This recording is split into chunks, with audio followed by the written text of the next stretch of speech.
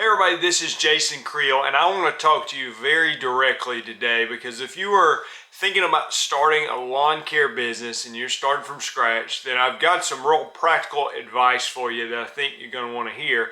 I've started 3 lawn businesses. Not all of them have been as successful as others and made a lot of mistakes, but unlike some of the naysayers out there, I still think the lawn care business is a great business to be in. So much so that I actually failed at another business while I was running one of my lawn care businesses, and that just reiterated to me that I needed to focus more on the lawn care industry, and it was a great industry. Now, like a lot of great industries, it doesn't always work for everybody. So I'm going to give you some cover about 6 areas today that if you're thinking about starting a lawn care business, or maybe you're already in the business, it's just not going the way you want, then let's talk about what you want to do so that you can have a strategy that can help you be successful, hopefully in year 1 or as quickly as possible. So let's get started right now. Today's video is sponsored by Yardbook. I've been using Yardbook since 2015. That is the software that I use to run my business. You can sign up for an account at yardbook.com. It's very user friendly. All right, so the first thing I want to talk to you about if you start a lawn care business is to have a plan. Okay, now that may sound overly simplified, but I can't tell you how many people get out there and they just start taking on any work they can get to make $1 in the lawn care business, and even outside the lawn care, but they're doing lawn care and they get something else. Somebody wants them to do whatever, and if they think they make a little bit of money, they'll go do it. Well, I understand, I appreciate the hard work and trying to survive, trying to make it your first year, but ultimately, I think you need a strategy of what you're trying to accomplish, and think, maybe break it down into 1-year goals, 5-year goals, and 10 years goals. So like, what is my business going to look like at the end of this first year? How many customers am I going to have? What type customers am I targeting? And not necessarily even the customer, but the lawns, the neighborhoods, because that's going to be very important. For instance, I personally like going after small lawns. Okay, I was talking to somebody yesterday. I think the small lawns are great. I think the profit margins are higher. But the small lawn strategy, to me, is based on you finding neighborhoods that have hundreds of small lawns in them, or at least several neighborhoods close together, where you can get a lot of those small lawns and you can just knock them out with very low overhead because you have very little travel time in between.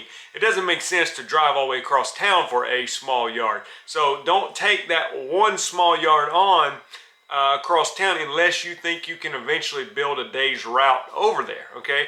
But not everybody goes for the small lawn. Some people, maybe your area has a bunch of larger rural properties. Well, that's fine too, but you got to plan accordingly and have a plan, whether you're going to just do mowing or whether you're going to get into landscaping or weed control and fertilization or irrigation work or whatever. There's a lot of things out there, but to me, it doesn't make sense just go out there and just say, I'm going to just go see what comes my way and take it on. And if you try to do all that solo, I've actually did the mowing and the weed control and fertilization at the same time solo, and it didn't work out so great because I would have a mower and a trailer, and then I get a call for a weed control and I had to go pull up and I had a spray tank and a mower and all, and it looked like somebody couldn't make up their mind. So I don't think there's anything wrong with doing both things. You just eventually need to plan for that where you can have 2 separate trucks. All right, so number 1, make a plan. Figure out what yards you're going at.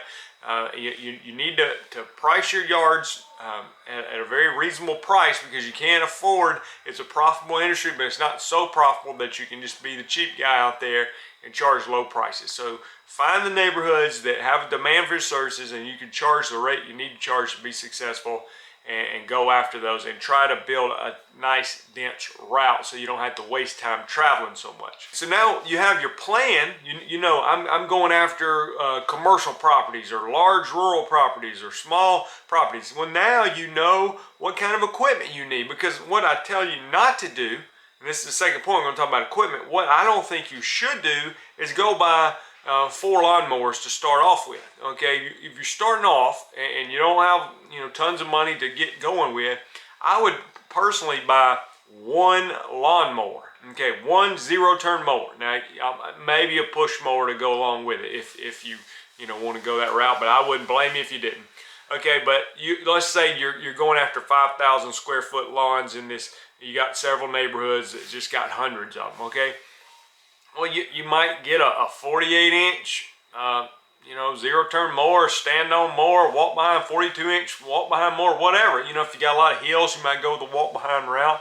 But if you're going to the larger properties, then you need to get a 60-inch mower to make it worth your while, okay? But what you don't want to do is have a little bit of all of that, okay? I got 5 customers want their lawn bagged, so I went and bought a $10,000 bagging mower. Now I've got those 2 big properties, so I went ahead and bought me a 60-inch zero turn, and then I got a bunch of little ones, so I went ahead and got me a 42. And then I got that one with the little small gate, so I got me a 36-inch stand-on mower to get through that gate. You got so much equipment that it's going to make it where you're not as profitable. I tell people, I see these large companies that are making tons of money, that have the money to buy whatever equipment they want. And they'll oftentimes send 2 guys out there with 1 mower and a box truck. That's it. I mean, it'll be like one walk-behind mower, like one of the cheaper mowers you can get, and it's very versatile, and that's the mower they get, and it's kind of the workhorse. But they're like, how much money can you make off of that piece of equipment? Not having all the pieces of equipment. It would be better, in my opinion, to turn down a yard instead of taking one on that that you needed a separate piece of equipment for. Don't take that yard on unless you know you can get many yards and you've got the manpower and the equipment to handle that. The third thing we're going to talk about is your marketing. Okay, so I'm wearing my lawn care shirt. I wear it about 6 days a week. This is a dry fit shirt. You can see my logo there, Alabama Lawn Pros. And I've actually upgraded my pants. I bought some nicer, more comfortable pants for this coming year. But to me, your image is important. Okay, your logo, the website, your business cards, the decals on your truck, the way you carry yourself, it is important. Now, why is that important? Well, some people may make the argument that my work speaks for itself. Okay, I don't need the image and all that. Well, that may be true. And there's some examples out there where, you think about that restaurant that just looks terrible, but the food is so great that people come to it. Well, I would say that's usually the exception. Okay, usually the ones that have the really, really good food, they look the part from the outside, okay? Because people don't want to try the restaurant if the look of it is so nasty, okay? So the thing with your lawn business, if you present yourself in a way that the higher end customers are going to be attracted to, then it gives you an opportunity to get in there. Your work may be great, but if your image is not great, you may not even have the opportunity to get in that neighborhood because, honestly, it's just a first impression. You pull up and you don't have the business image, doesn't look like you look the part. It's just a mental perception. I don't know what it is. I mean, it's like I said, same thing with a restaurant. You walk in a restaurant, it looks all nasty, and the prices are super high. You're like, I'm not paying that for this kind of environment. So I'm not saying charge super high prices, but what I am saying is you got to have an image that will allow you to command the prices you need to for these higher end neighborhoods, at least middle upper class neighborhoods where you can charge the rates you need to be successful long term. So your branding is kind of, in my mind, the way I look at it, separate like short term marketing and long term marketing. So your long term is like your this image that your company is establishing a reputation in your community for the long haul, okay? Your website presence. It's just when people hear lawn care, you're one of the businesses that comes to mind because you just established a presence in these neighborhoods and these communities. So that's your long-term branding. And that might be like for us with weed control and fertilizations, we're constantly putting yard signs when we treat the yard. Here's a yard sign. Well, people think, oh, that's how you get a lot of customers from that. Well, actually, I don't. But I'm having people see my sign over and over and over and over again. And so let's say it's 5 years from now, they decide to make a switch, but they've been seeing my sign in their neighbor's yard for 5 years. Who are they likely to call? I mean, I would think that long-term branding is playing a role in that decision. Now, short-term, long-term branding like ranking well on Google and things like that can take a while. Short-term, you may have to be very active on social media. I would encourage you to go ahead and get a website, go ahead and make a Facebook page, Instagram, YouTube channel, whatever, and start putting content out there and start being active on, if there's like a local Facebook group for a neighborhood or a community that you can market yourself in, or get a friend that can help promote your services in that group, then those can be effective. Also, just being out there in the springtime when people are out working in their yard, a beautiful day in March or April, and everybody's out on a Saturday working in their yard.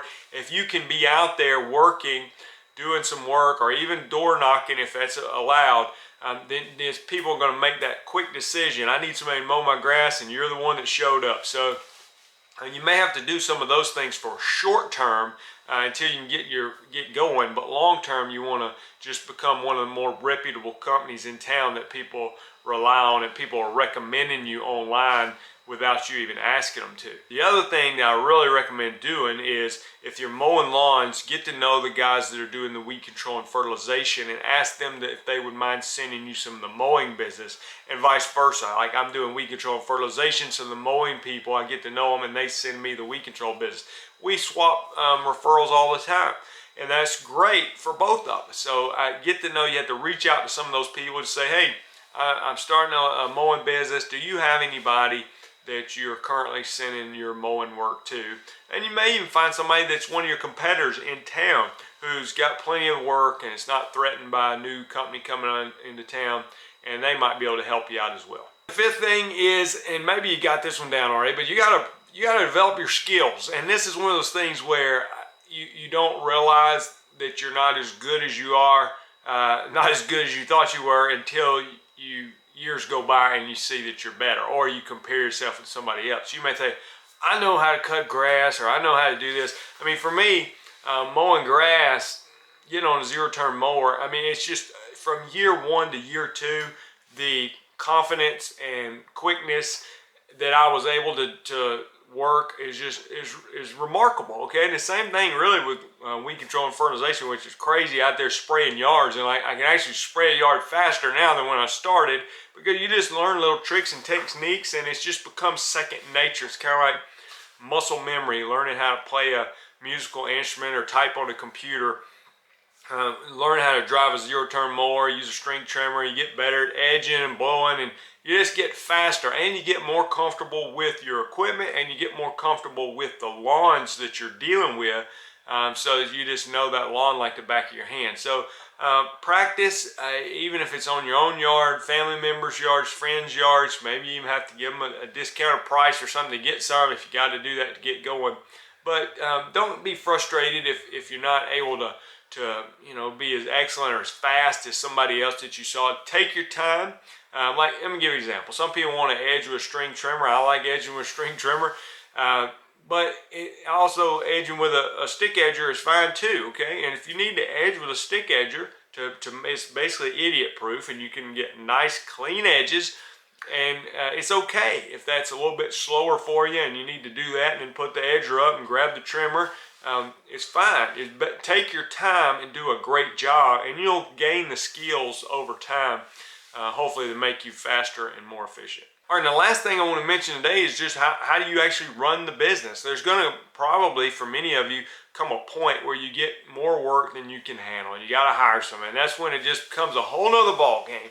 And if you've screwed up on these other things, now this is going to make it worse. Sometimes people think hiring somebody fixes all your problems. I think oftentimes it amplifies your problems. For instance, if your pricing structure is off and your prices are too low, and you're just making a decent living because you're doing all the work yourself, and then you go to hire somebody, well, now you really don't have enough, you're not profitable enough to really afford to hire somebody.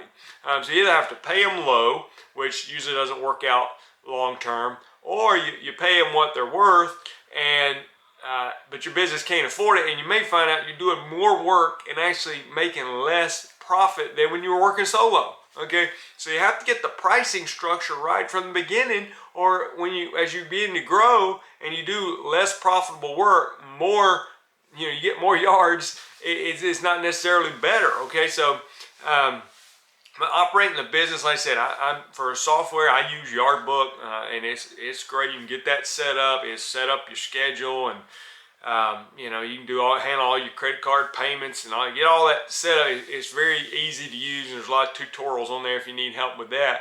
Scheduling, whether you do it through the software, you do it, you know, on the computer, or I don't care if you do it however, Microsoft Word document, or whatever you're going to use to make out your schedule. To me, the lawn business is about efficiency. And I'm going to try to build a tight route with as many yards as I can possible.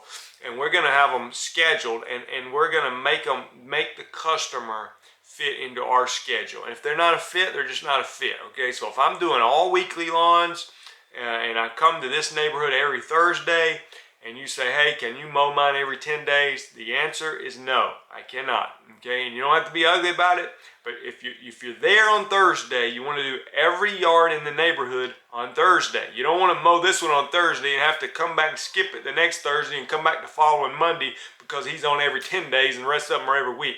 Okay, it would be better to go bi-weekly if you're going to do that.